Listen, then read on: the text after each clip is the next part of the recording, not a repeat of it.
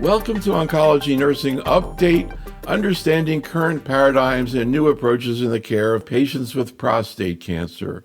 This is medical oncologist Dr. Neil Love.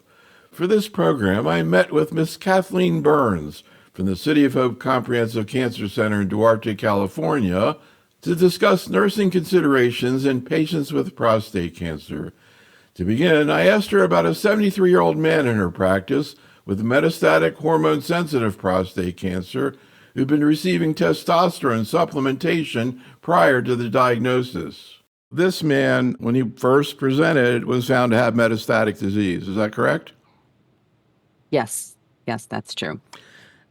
And and he actually ended up coming in for treatment. He had like a PSA, or he was having some kind of symptoms, initially. He was not having any symptoms anymore. I believe he had the PSA because he had testosterone supplementation for years, and he was being monitored for that. Why was he taking it? And from his point of view, how did it benefit him?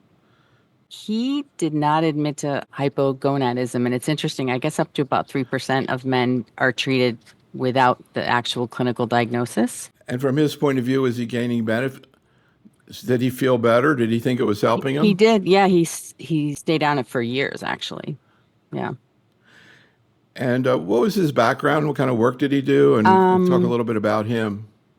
I would believe he was an engineering type. I don't know for sure. He was, once I met him, he was already retired, but very interested in details in education. And did he have a partner or wife or children? He had a wife and kids, but they never came in with him. So he always came alone. Mm-hmm. Mm-hmm. I'm curious. He sounds like he, has a little bit of background or education. Did he ever express to you any concerns that maybe there was a link between him taking testosterone and getting prostate cancer? He did not. And officially, if you're diagnosed with hypogonadism, there is no link with increased prostate cancer. Right.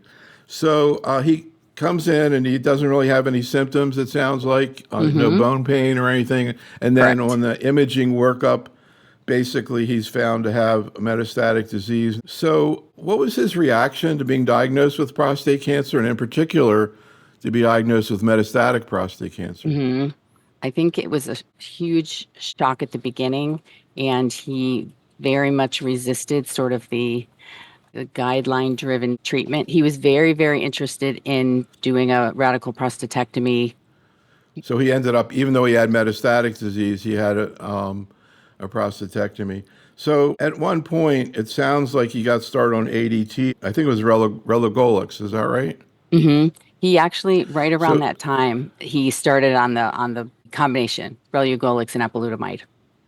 Okay. So let's talk a little bit about some of the things that you discussed with him at that point when you were about to start the relugolix and the apalutamide. Okay. So how did you explain to him what relugolix is and what to expect? Of course. So relugolix is the only oral anti-androgen therapy on the market currently. So it is a once-a-day pill, which in general for many guys is much easier to take than an injection that they would need to have in the clinic. He was at the time very motivated to take ADT because he had a surgery, and when they analyzed his prostate cancer, it was a neuroendocrine differentiation, which puts him in a higher risk category. So at that point, even though he had been hesitant to start on ADT, he knew it was absolutely necessary in his case.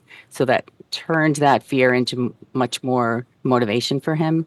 How did you explain to him how relugolix and ADT in general works? Like what the mechanism is and what to expect in terms of side effects and toxicity? Okay. So androgen deprivation essentially turns off the production of testosterone, which the way I explain it to patients is it can then sort of starve the prostate cancer. So it's not the only mechanism for growth in prostate cancer, but it can turn it down and generally can turn that PSA increase to the opposite direction. Side effects for low testosterone are not different when you look at the other methods of giving ADT. So the pill works in a very similar way to, say, a leuprolide injection. Mechanistically, it works a little bit different, but the effects and the side effects are the same. So men on ADT are going to experience fatigue, low libido, hot flashes, potentially mood changes, and that usually means they're a little more emotional, a little more excitable, muscle loss, bone loss. So it's a long conversation when these patients are started on these medications. Some things happen fairly quickly and some things happen over time. I imagine he might have asked, "What can I do to prevent this, or what can you do to minimize the kind of symptoms? What Mhm. kinds of things can be done?" Um, we generally say that exercise is the number one intervention for many of the side effects from ADT. So exercise will improve your mood, will moderate your bone loss, muscle loss. So that's our number one intervention. Of course, there are some supportive interventions for hot flashes and for the cognitive changes. Men generally say that they're a little slower to come up with the answer than they were previously. What was this man's baseline level of exercise, and what type of sexual activity was he having? He was sexually active at the time. His exercise had changed when he had developed some angina while hiking. So that made it a little more complicated for him because he had that fear of cardiac events that made him a little hesitant to do his typical exercise plan. So, what happened once he started on the relugolics? What kind of issues came up, if any? He actually tolerated it extremely well. And at the time, we added apalutamide, which is an androgen receptor inhibitor. So it works together with the relugolic. So he really tolerated it extremely well. Typically, what we watch for with both of those is thyroid function changes and sometimes a fairly significant skin rash. And neither of those he had. So in general, it was really for him just monitoring the side effects of low testosterone. And I don't know whether he reported to you, did he continue to have sexual activity and libido and sexual function? He was challenged by lack of interest, but he did reach out to us a couple times and we talked about, some other options other than intercourse that might kind of please he and his wife as well.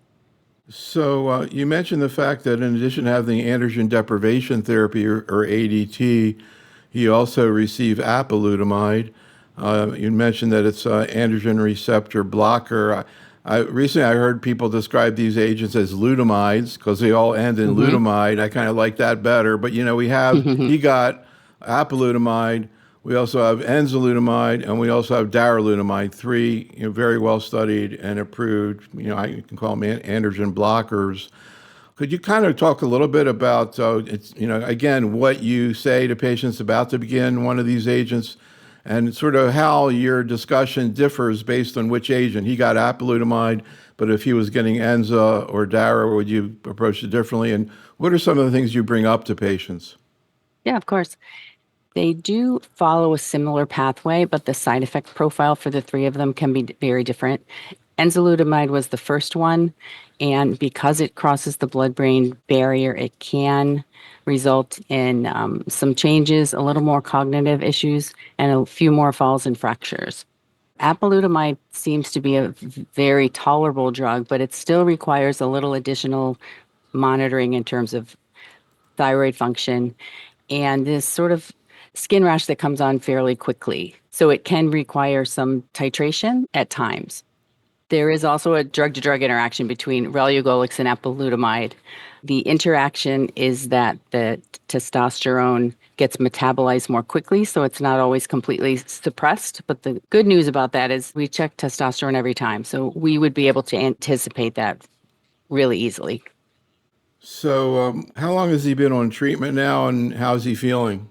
Yeah, so he's been on treatment now for almost, I guess, just about 2 years. Doing well, PSA is down, feeling well, and still really trying to kind of maintain that level activity that he needs to do while he keeps an eye on his heart health. So, he has what's, I guess, commonly called hormone sensitive metastatic prostate cancer because he's never been treated with any type of hormone and he has metastatic disease. He has, I guess, what we call de novo metastatic Mhm. disease, and that he presented at first diagnosis. A lot of other men will have had prior treatment with localized therapy, radiation therapy, or surgery, and then later on, usually we'll get a PSA rise and then metastatic disease. So, sort of two different paths to arrive at the same place. I guess in the past, these patients would get androgen deprivation therapy, and then if and when, and usually they would progress at some point, then would get some other type of hormonal therapy, such as these lutamines that we just talked about. Mhm. But it seems that in recent years, now there's been a major shift towards, intensifying the endocrine therapy. So not just giving ADT alone, but adding, for example, a lutamide. Also, abiraterone is another endocrine-based agent. So can you talk a little bit what you say to patients who are going to begin abiraterone and prednisone, and how does that experience compare to a patient who's going to get one of these lutamides? Of course. Abiraterone has been around for a long time now, probably 9 years, 10 years. It does work very differently. It's a different class of drugs, although it does work in a similar indication. Abiraterone, however, kind of goes after the adrenal glands and turns off the bit of testosterone that the adrenal glands produce. So it sort of squeezes out that last bit of testosterone. The challenge with that is it requires prednisone to replace the cortisol produced by the adrenal glands. And so it's a little more complicated protocol. Also pretty well tolerated, but they do require a little more monitoring in terms of labs. We watch them closely for liver toxicity, potassium depletion, et cetera. I know you're just trying to replace the normal body steroids. Do you see, effects of cortisone? For example, in patients with diabetes, does it usually get worse or is not enough steroids for that? It can. So you're absolutely right that it's really just replacement. But I think the two most distressing side effects that patients talk to me about is one, a little more difficulty in managing their blood sugar, although that can be attributed to with, having low testosterone changes your insulin sensitivity and increases insulin resistance. On the other hand, they do complain of easy bruising and easy skin tears. And for these guys, that might be the only one side effect other than weight gain that might be obvious to other people, right? So that can be a very distressing problem for them to have a lot of bruises on their arms. So, I guess the other issue here is, in prostate cancer, you have one of the best, if not the best, tumor marker in oncology, as we mentioned, the PSA. You mentioned that this man, his PSA, dramatically decreased, or I don't know, maybe even went away. Although, of course, that doesn't mean the cancer went away. I'm curious how you see men responding to You mentioned this man was an engineer. I've heard stories about people bringing in plots of their PSA and getting all very, very nervous about it. I think it's called PSA anxiety or something. Mhm. What are the variations of that you observed, and how fixated was he on his PSA?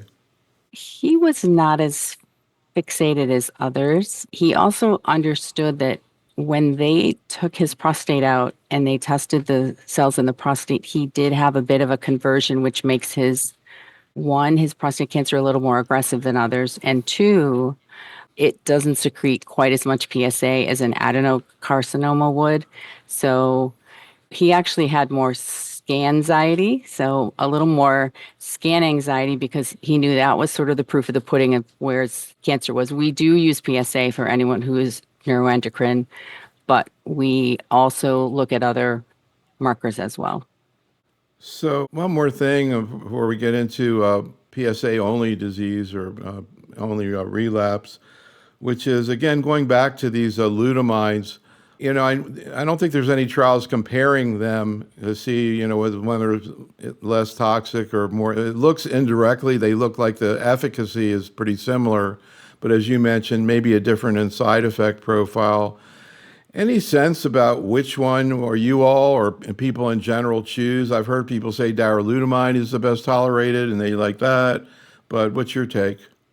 We use all four. I think it's more of a process of exclusion. Like, for example, if someone had a history of seizures or was frail with falls and fractures, I would avoid enzalutamide and look elsewhere at that point. We do feel that people feel pretty well on the abiraterone prednisone combination, but we use it probably, like we talked about, with a little more caution with someone who is diabetic.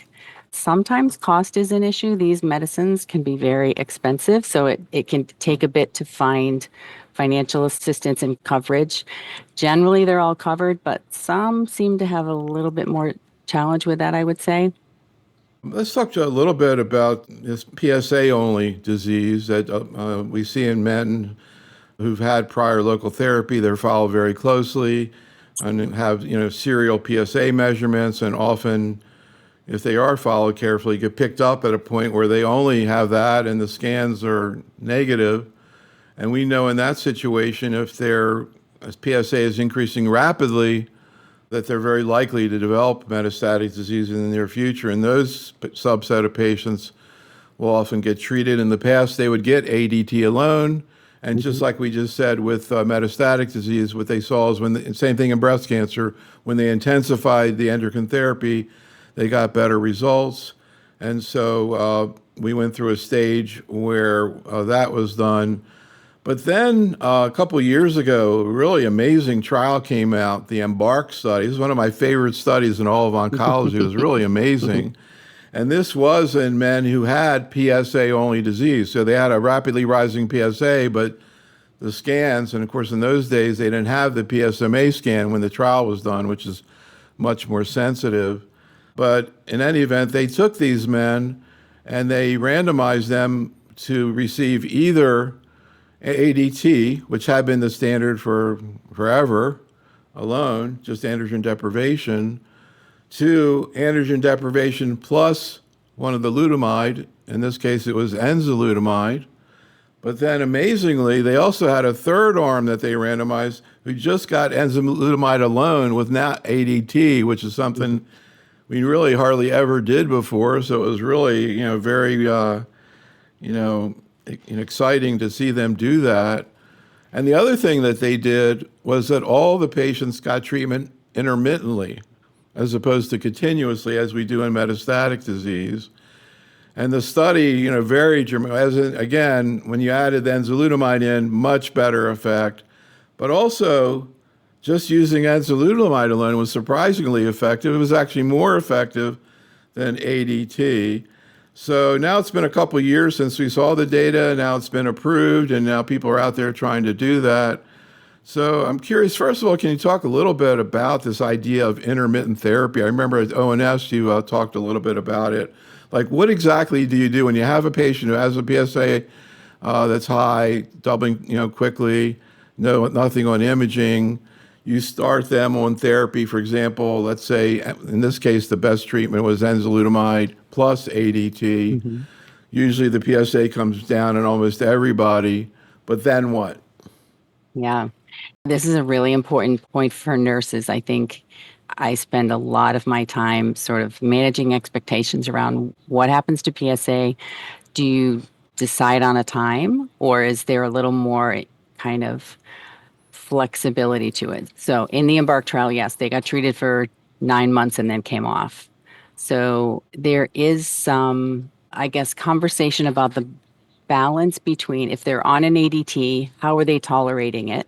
So there's no specific black and white algorithm outside of the Embark trial. If you're looking at someone who's going to go on intermittent ADT, it's a combination of how well they tolerate it, how well it works. We're going for durability. We love for men to go on it, tolerate it well, and when we decide to take them off, that they get a nice long time without treatment and with testosterone, because we know how healthy it is for men to have that testosterone for their mood, their bones, their heart, muscles, and health in general. So it can be a little frustrating that we're not really presenting them with you're going to start it on January 1, you'll be off. So if we're really doing intermittent treatment outside of Embark, it does become a conversation and a little bit of a negotiation. So, but it is very different. And I guess we should also say that when you stop the treatment, ADT, enzalutamide, whatever it is, you continue to monitor them. And then if at some point, if the PSA starts coming back up, particularly rapidly, you may restart the therapy, which is why it's called intermittent. That piece is really critical for nurses in terms of men's expectations, because when they go off of it, we would love for it to stay down regardless of testosterone recovery, but we do expect for it to return. And what do you do when it returns? So if someone's gone from an undetectable PSA and now they're on surveillance and it comes up, they may have a long time before it gets even to the point where we could do a PET scan, which might be 0.4, 0.5 PSA. So that time is really critical in terms of education expectations. So, because the whole point of intermittent therapy is to give the patient a break from some of the symptoms that you described. What do you see when you stop treatment? Do you see them improve from a symptom point of view? And how long does it usually take to occur? So it's been proven when you're taking either Degarelix, which is the injectable version of relugolix, they have a faster testosterone recovery. So we generally see recovery within a month or so. Injectables, Leuprolide, for example, may take longer. It does take longer depending on if they're older or if they've been on it for a longer period of time. So that's an important piece. One other important misunderstanding is for patients who've had their definitive treatment, either radiation or the removal of the prostate, if they don't have a prostate, they should have no PSA. If they do have a prostate, the normal PSA for them is nadir after radiation +2. So they do have some room for having a PSA. Yeah, that's a great point. The other thing I'm curious about in terms of this issue of so-called hormone-sensitive metastatic disease, where nowadays standard of care is androgen deprivation therapy plus something else, abiraterone or one of the lutamides. But the other potential thing that is considered in addition to both of those approaches or both of those therapies is chemotherapy or docetaxel. And, there's a lot of discussion and debate about who this should be offered to. I've heard people say, it's usually for younger people with a lot more disease. But I'm just kind of curious at your place, how you decide whether to add on top of everything else chemotherapy when they're presenting with hormone-sensitive Mets. Yeah, it tends to be a long conversation. I think chemotherapy is one of the treatments, really one of the few treatments in prostate cancer where there's a real outward appearance change, right? So there's hair loss and skin changes and all. So it has to be a very motivated patient. I do work at a cancer research hospital. So after 10 years here, I can truly say that our patients are self-selected for wanting cutting edge, more aggressive treatments in general. All right, let's move on now and talk about your second case. So you got proton beam therapy primarily. Then he had PSA rise, which is we just discussed. You brought up ADT, but he's reluctant to do it. He got bicalutamide for a PSA-only disease. Then he became resistant, and you started Sipuleucel-T. And then he had, I guess, progression. You got more endocrine therapy. You got some kind of intralesional thing. Yeah. But I guess at this point, did he have metastatic disease? He had lymph nodes, I think, that would kind of pop up. So in 2020, Right. he had a lymph node. He had some radiation. He always sort of got anxious halfway through and didn't complete treatments at times. So we sort of played But the whack-a-mole. bottom line was he was getting ADT. It looked like he got abiraterone as well. Mhm. And then in 2022, he got olaparib. Correct. And how long was he on, or is he still on it? He tried the combination. He dropped his hemoglobin, which is a pretty common side effect on a PARP. He came in with a hemoglobin of 6.5. So we took him off the olaparib, transfused him that day. His hemoglobin popped back up. So we dose reduced and resumed olaparib. He wasn't feeling great at the time, so we dropped the olaparib, tried the abiraterone, and then dropped the abiraterone at a point Can you just talk a little bit about him as a person? Did he have family members? Anybody come with him to clinic? What kind of work he did? Maybe paint a little Yeah, picture about him. yeah. He's an artist and an author, and has a very strong and supportive partner. So the partner would come up most of his appointments. He had a long drive to us, probably an hour, hour and a half. So we usually saw them together. A lot of his decisions and his concerns were really driven by a kind of a long-term anxiety disorder. And how did he react to having prostate cancer, particularly metastatic disease? Um, Incredibly afraid of it. It took us a long time to convince him to adopt whatever that next step would be. A lot of conversation, a lot of pushback. He always had psychology support in his community, but there was a point where it was really accelerating. So we added psychology support through our hospital as well. Did he find that helpful? He did, yeah. So I guess somewhere along the line, it was discovered that he had a BRCA2 germline mutation. So this is not somatic, that's only in the tumor. This is germline, which of course would have implications for family members. Did he have any family history of breast cancer or prostate cancer? And did he have children or other immediate relatives? No, actually had no family history and no children.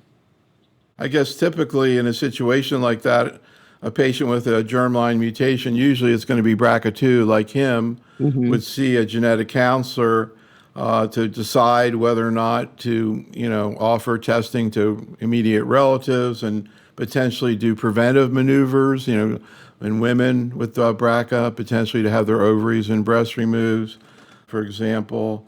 Men to maybe follow very carefully, for example. I'm just kind of curious. Again, I see he didn't have any family, but when you do genetic counseling, do you ever use like online genetic counselors? And any thoughts about that? To me, it seemed like that made a lot of sense, but I don't know. Any thoughts?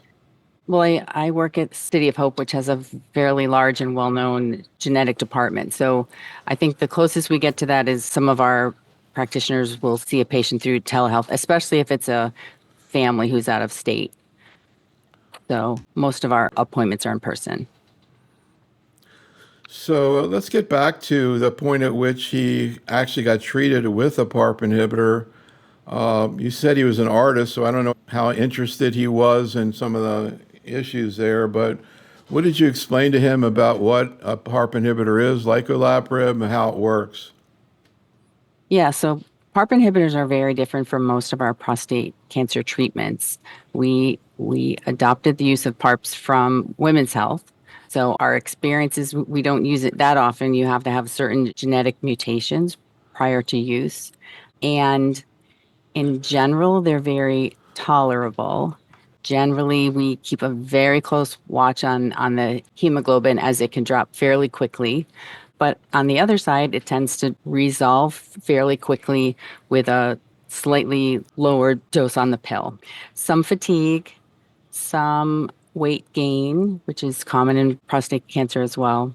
And then these GI side effects seem to come in sort of a constellation of things. It's some taste changes, some nausea, and we watch them pretty closely because that's not an issue generally in our prostate world. Appetite is usually great.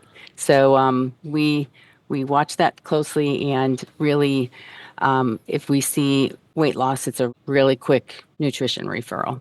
From your point of view, what were those three therapies doing to him?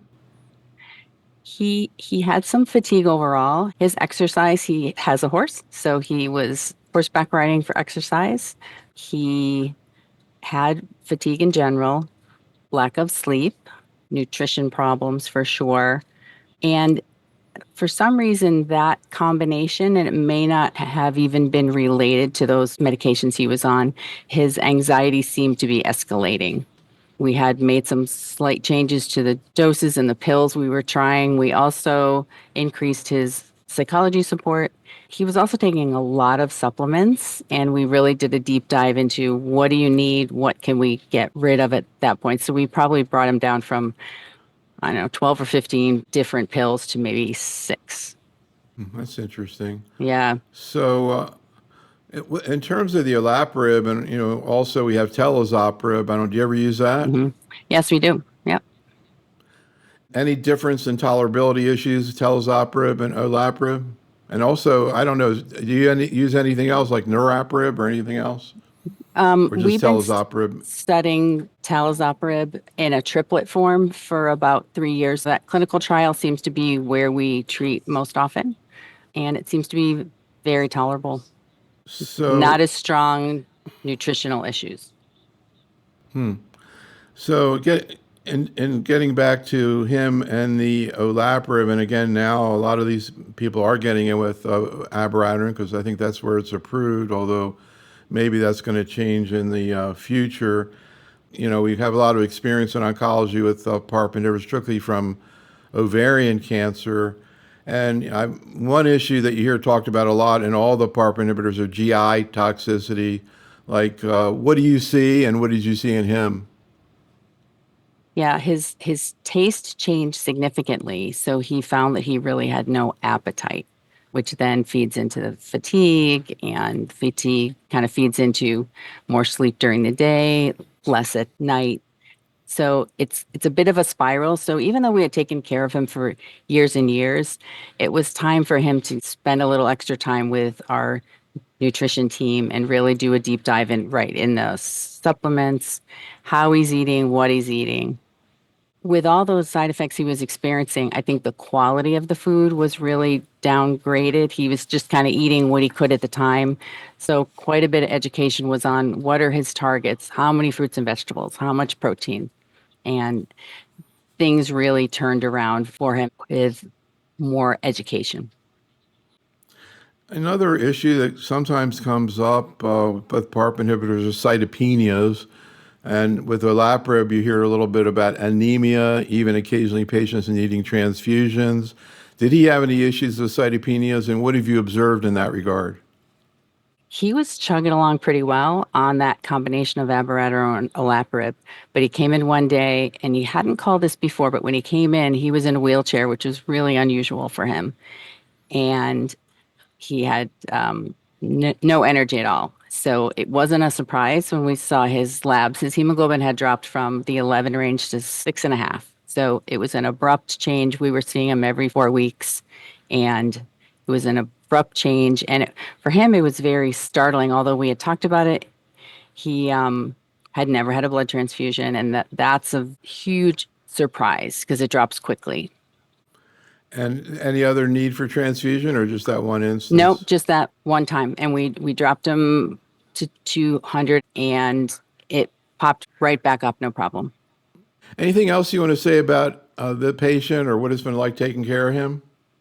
A person that you get very used to and very comfortable with, I think we often forget that sometimes bringing in a different team and a different perspective can be really, really helpful. So just because we had been taking care of him for, I don't know, 15 years, when those nutritional things happened, I thought it was really revealing to us that he probably needed other referrals outside of our team, which he has become very dependent on to help him understand his challenges.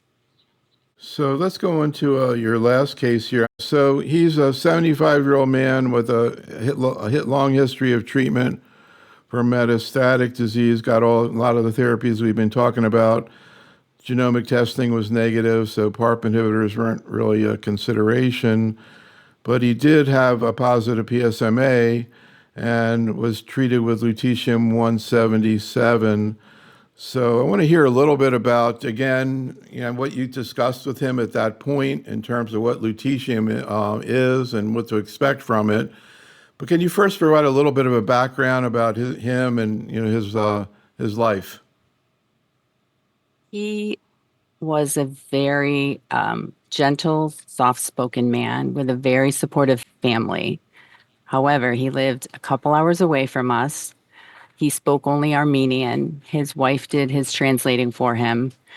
His wife was the primary caretaker and the holder of his insurance. So she had to work. She worked at a local Walmart in their town. They had two children.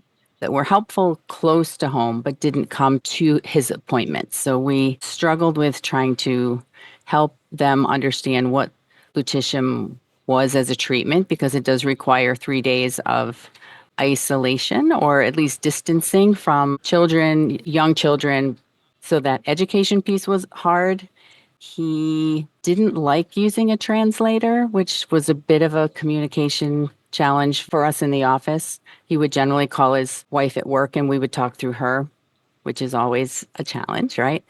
He had osteoporosis. He was a very frail person, and we supported him a lot in with his pain. He ultimately had a fracture with a fall and was on some heavy narcotics.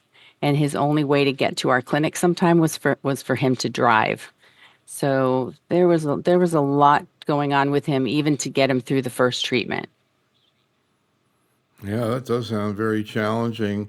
So, this is a very different type of therapy. I mean, most people probably haven't heard of it in their patients. What did you explain to him in terms of exactly what it is and how it Hmm. works? Yeah. So this is a targeted agent. It's a radionuclide, which is linked to an agent that will take the molecule to an area of PSMA. So PSMA is prostate-specific membrane antigen, different than PSA. About 80% of our men are PSMA avid, so they could qualify for this treatment. So it's a very small, short infusion, radioactive infusion that goes in. It's excreted through the urine, and the patient is radioactive enough where when they go home for those first 3 days, they need to stay about 6 feet apart from other people. If they were to have to fly, they would probably set off radiation detectors. So for some people, that 3 days of isolation is difficult. Watch out for young children, pets, things like that. And it's given every 6 weeks. So I know that usually you don't see any problem with blood counts. It looks like he actually had a problem with blood counts that kind Hmm. of limited what you were able to do, but it also looks like he also responded. The tumor was benefiting. Was that your take? Right, right. So that was the hard part, is he had such a good response in terms of his PSA, but the problem was because he was so heavily pretreated. When he started, we generally use like lab criteria from the Vision trial, and he did qualify for that first treatment with a hemoglobin of 9.5 and a platelets of 75, I believe. But his counts then dropped pretty rapidly, I think, based on that heavy pretreatment that he had, and he had some bone marrow infiltration with his prostate cancer as well. So the problem was we couldn't give any further doses of lutetium 177.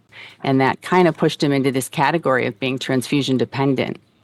This targeted therapy, makes a lot of sense. And, the trials show that most patients benefited, at least in the trial. What's your experience been clinically? Do you find most patients have drops in PSA and, improve from a tumor point of view, or not the minority do? Yeah, I think many people either see a drop in PSA, although that's not one of the outcomes of the trial. So it's not always that the PSA drops, but many people do get a big improvement in their pain and their strength. They don't always go hand in hand. But I think what we've learned about this drug is the expectation that guys can go through all of them on schedule can be very unrealistic. We really try and kind of take a look at them each time they come in and make sure it's the right time and the right drug for them.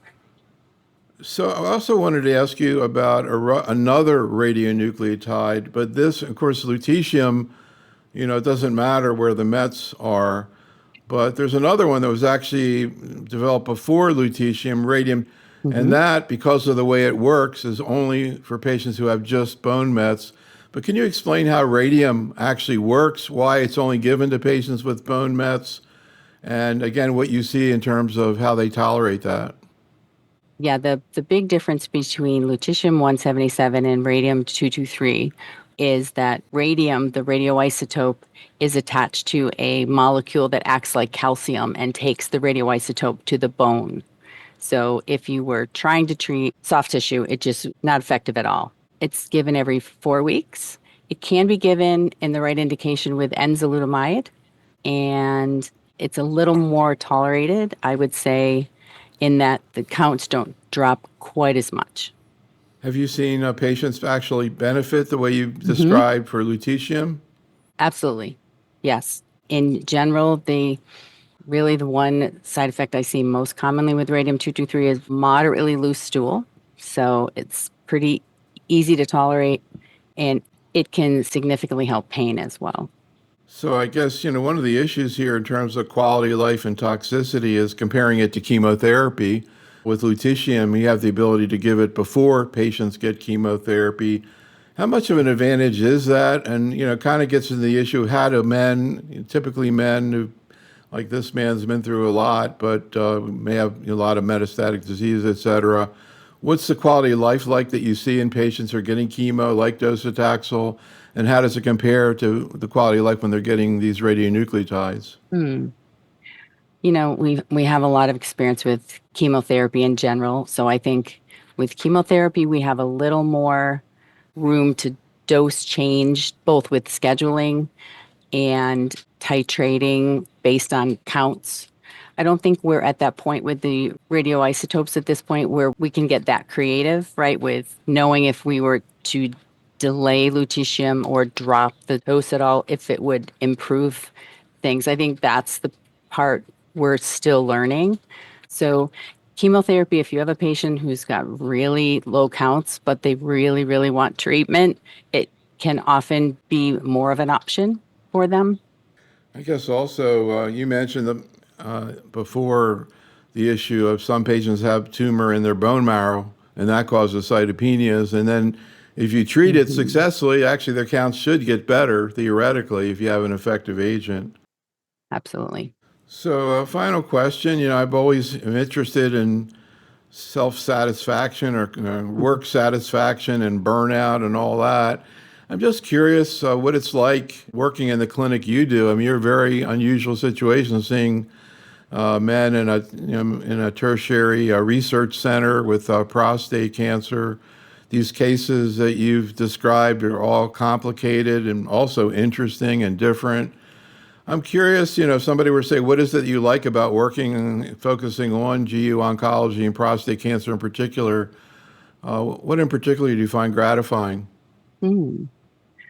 Probably the most gratifying piece for me is that I've done this for 30 years or more now, and I like the variety. Especially in prostate cancer, you get newly diagnosed, end stage, and it's very collaborative in terms of radiation, surgery.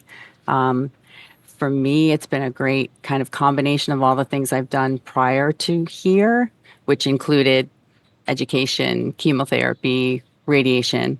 So it keeps me on my toes. It's very challenging. The clinical trials that we do and the hope that we can see from some of these newer treatments just makes it all worthwhile. Yeah, the clinical research, particularly all the new trials that are coming out, some of the things that we've Hmm. talked about today, and a lot more. I guess the other thing that I sort of was reflecting on listening to your cases is that it seems like it's not uncommon in prostate cancer to work with a man and his family for quite a period of time, even if they have metastatic disease. I mean, you don't see that too often in pancreatic cancer and a lot of other solid tumors. You see it in breast cancer where you have a patient who has a very serious situation, requires a lot of care, but then it goes on for 2, 3, or more years.